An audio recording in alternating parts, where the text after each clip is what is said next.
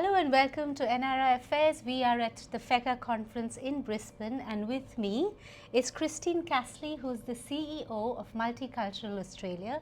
Welcome to our show. Thank you. Pleasure to be here. Absolutely. So just to kick off, would you tell us a little bit about the mandate of Multicultural Australia? Yeah, so we settle refugees and migrants in Queensland and work with people from all sorts of different backgrounds to create welcome, connection and belonging. We do that in a number of ways. One is actually working with people to help them build new lives in terms of housing, education, health services. But we do a broader piece as well about, if you like, building the capability and the capacity of the broader community to also be as welcoming as possible. So one of the really big flagship iconic things that we do is the Luminous Lantern Festival every year. It happens around here at South Bank, and it's very much about a very simple message about everyone is welcome, everyone should be connected, everyone belongs in this beautiful kind of city and state that we live in. So that's a big part of our work. We work with young people, we work with older people, and it really is about tackling isolation. It's about opening up job opportunities. We run a number of employment programs. Sure. And then we have a number of sites across the state. And then we also have a national footprint because we also do cultural capability training.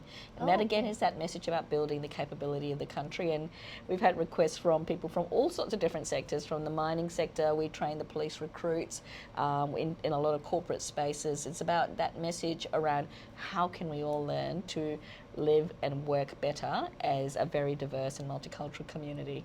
Wonderful. That seems like quite a span that you cover. Yeah. Just to understand, so this is the FECCA conference. Yeah. So what is the relationship then of your organization with FECCA? Because you seem to be involved as much in community as you are in possibly consulting with and working with government. Absolutely, So and how also advocacy. So Okay. there's, I always say there is so much work to be done in this Yes. space, and we all need to do it together, and we all need to share the load.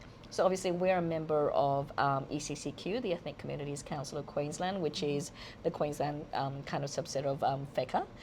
But we also work closely with FECCA as well, obviously, on a lot of the advocacy platforms and the various pieces of work that they do as well. So I think it's all part of us being part of that multicultural ecosystem, Sure. which is really about how we create a better, stronger, more vibrant Australia, and all kind of bring to bear our different roles and our different stories, and in terms of bringing that piece. The way Multicultural Australia, I think, adds unique value is because we're a service delivery organisation, we can tap into a lot of stories of things that are happening in real time, in real life, for many of the diverse people who kind of bring who live here. So we add that dimension of bringing those on the ground, in community stories, as well as then also playing our part in the advocacy and about creating that narrative of what it means to be the best possible multicultural country that we can be.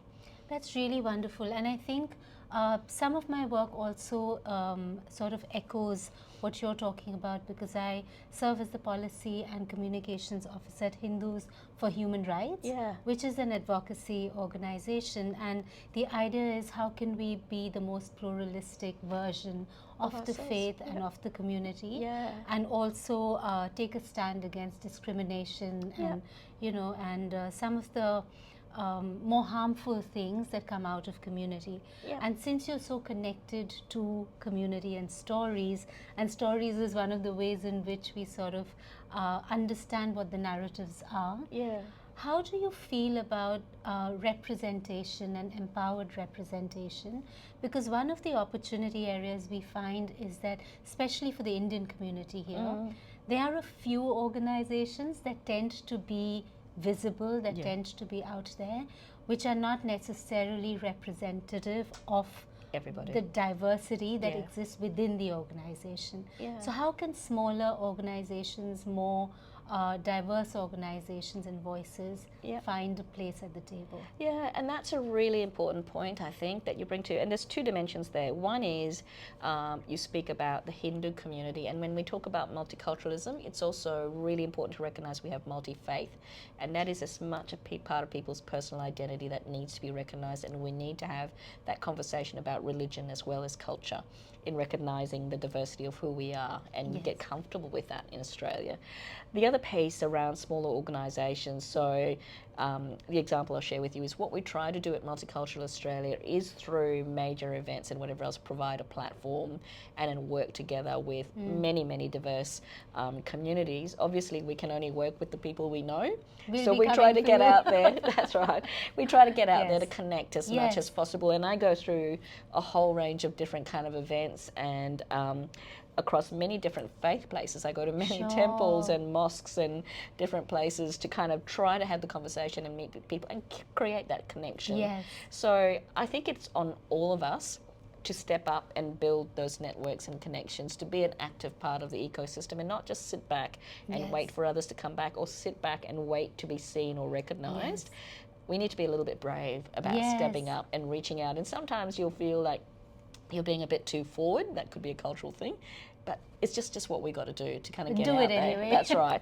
You know, everyone, and so, but it's a two-way street. Everybody should be making that effort to reach out to others and kind of connect, and also think about cultural diversity as not being just one part of our community. It's not a boutique niche thing. It's who we are in Australia, and everyone needs to play their part. And we need to kind of connect with everybody, regardless of their culture, faith, or background. Lovely. You're a woman leader. And you're a leader and you're a woman. Yeah. You do know that in many of the Indian and ethnic communities, there can be a sense of imbalance in how many women are in public life and in positions of decision making. What are some of the ways that you would be able to share for women to really come into this space and be able to express the concerns of their community? Yeah, so there's a real truism here about women actually feeling that they can't step out or step up until they're good enough to do a thing and be a leader. You just got to take the risk and be out there and be a bit brave. And you also have to sometimes be ready to be a bit lonely. So what I'll say for myself, I have been in senior roles as a woman of colour for quite a number of years, and I will often be the only female in the room, very often the only female of colour or person of colour in the room. And you just have to get used to that. You're just double trouble, aren't you? I am double trouble, that's right. You know, and, you know, get ready for those moments where also people do have certain expectations of you when you look a certain way. They think perhaps you're going to be a bit quiet and kind of conformist, and when you speak, everyone looks really surprised.